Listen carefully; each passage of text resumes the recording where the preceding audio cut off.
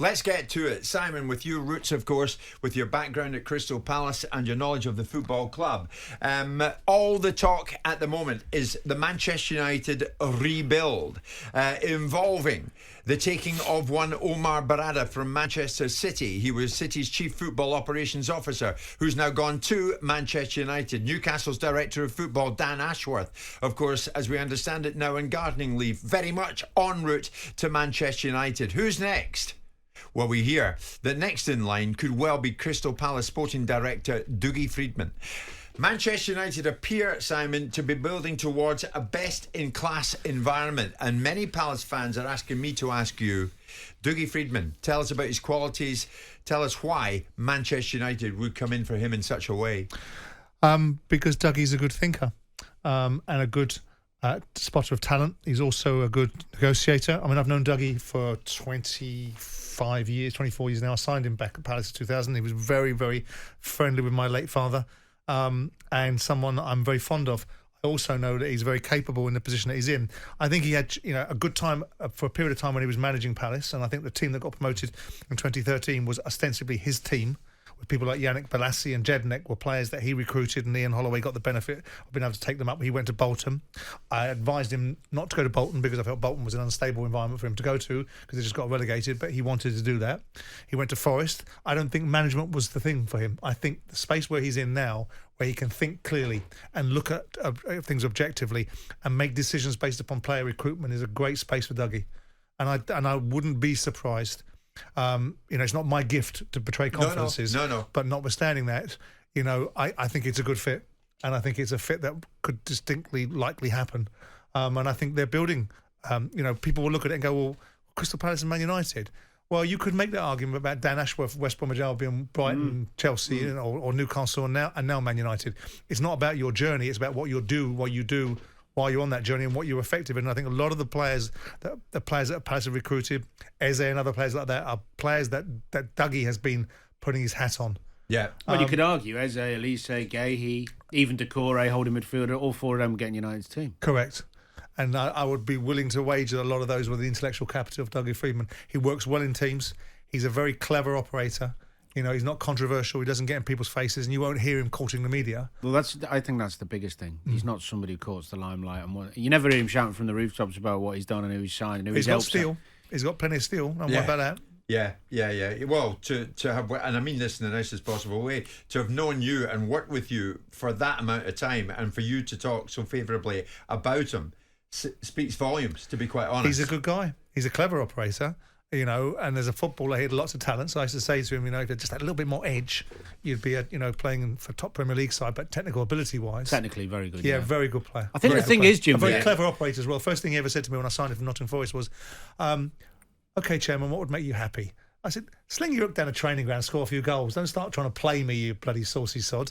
But he's a clever operator, and I'm very fond of him, and I think if he gets the opportunity, he's well worthy of it. Yeah, he's from Glasgow, still only 49. I mean, I can only think of a handful of times I've spoken with Dougie Freedman in my time down here, which is close on 25 years. As you say, Simon, he prefers a low profile. Yeah. He likes married to Ray Clements' daughter. Right, likes to be effective. But you could argue he likes avoiding journalists who create headlines. Oh, right. Oh, thank you.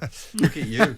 So if they get Freedman, Simon, with Barada through the door, by then Ashworth through the door and Freedman through the door, are they building towards what Ratcliffe wants, as best in class? Well, they think they are, don't they? I mean, ultimately they're changing the direction of travel by recruiting people to ostensibly look at the weakest area of Man United, the most evidently weakest area, which is their recruitment policies and why they buy players and why they retain players.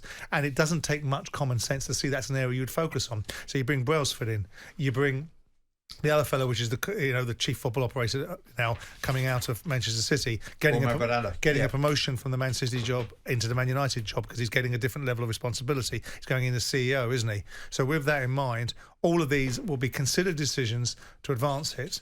And I think they will give up Man United. Look, it's not difficult. I mean, people are making a 4-act play out of this. It's evidently the problem is recruitment and the reasons why the culture of Man United has gotten into a situation it has gotten into.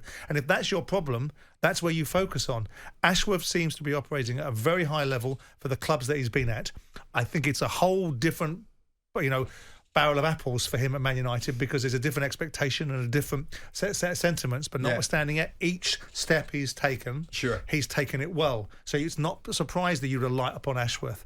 Dougie Freedman is a sensible thinker, and so that's another decent decision making process.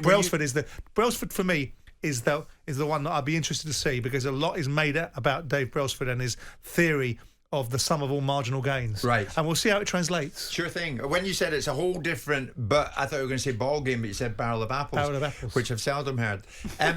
A good one, isn't it? Danny, when you look at Manchester United, invariably we'll look at Liverpool at the same time. Liverpool are on the hunt for a new sporting director. The role has been vacant since this man Shamatka left the club back in January. Michael Edwards left the club in that position back in 2022, and now they're reportedly interested in appointing Richard Hughes, after the Bournemouth technical director confirmed that he's leaving the club this summer. So not so much noise around what Liverpool are doing, but they're busy too.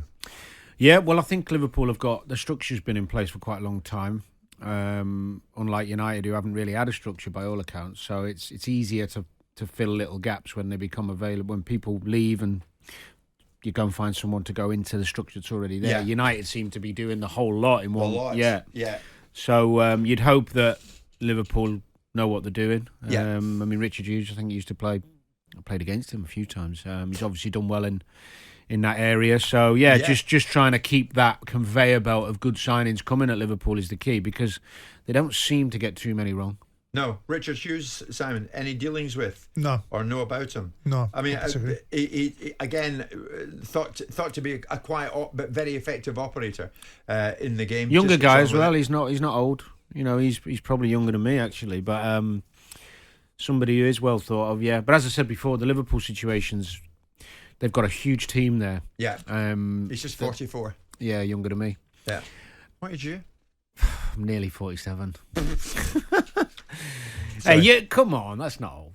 No. But you're looking at me, it's not. But I think, as Simon said before, anybody walking into a job at Liverpool, whether it be the manager, whether it be recruitment, there's already a great team in place and a really good body of work there. Yeah. A platform to go into and perform on. United, you've got to go in and change things, mix things up. That is a big job at United. Do you think United's a bigger challenge? Absolutely. Yeah. I mean, if you're walking in the door at Liverpool into a recruitment structure that already has so many of the places filled, I would imagine Dan Ashworth, Dougie Freedman, those type of guys, if they're going in there, they're going to also want a lot of people around them they already know and have worked with. I think you're talking about lots of jobs at United being given to different people across the spectrum and across the world. But Danny, Liverpool have still got the biggest one of the lot to fill, post Jurgen. Well, United have. They want success. They've got to find a new manager as well.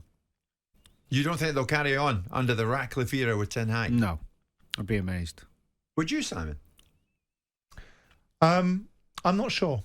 I'm not sure what Radcliffe will do. I know what I would do, because I don't think the guy's capable of doing the job in the longer game of winning things for Man United. So you're just sort of prolonging the inevitable. But I can't speak for what Radcliffe's mindset is. But I know what I would think, which is no, I'm going to have a change. But it's easy. It's easy to say you'll have a change. It's more difficult to say who you're going to change to. Yeah. Very briefly, Simon, in comes Barada, in comes Dan Ashworth, and now seemingly, and it's not confirmed yet, far from it, but maybe in comes Dougie Freedman. You wonder what they were doing before.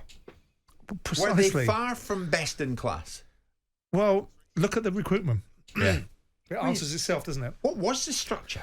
The structure was a group of people that were put in position, with due respect to John Murtough, that were making decisions with an absentee landlord of an owner that was enabling them to spend money, but not really concerned, because the bigger effect for them was that they were just raking it in. That's why the book is called, that was written about them by Chris Blackhurst, The World's Biggest Cash Machine, or ATM, or whatever it is. Yeah. Because ultimately it hasn't affected them for any period of time. They've focused on the commercial revenues, and they've enabled huge spending without really concentrating on what that spending's going on. Yeah. You can look at, in recent terms, Anthony, but you can go back and go back and go back. You can look at the reasons why Alexis Sanchez didn't sign for Man City and sign for Man United, was because Man United were prepared to pay more money.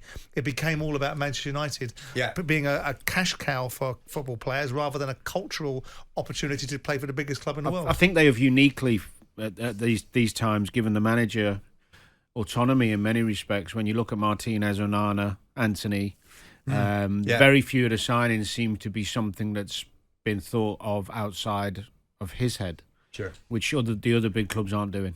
Okay, there's Stephen, Manchester United fan. Guys, you're all wrong. Ten Hag is going to end up winning the league for United. Well, you know what? He just might. No chance. Jim White and Simon Jordan. Monday to Friday mornings from 10 on AM, on DAB, via the talkSPORT app and on your smart speaker. talkSPORT.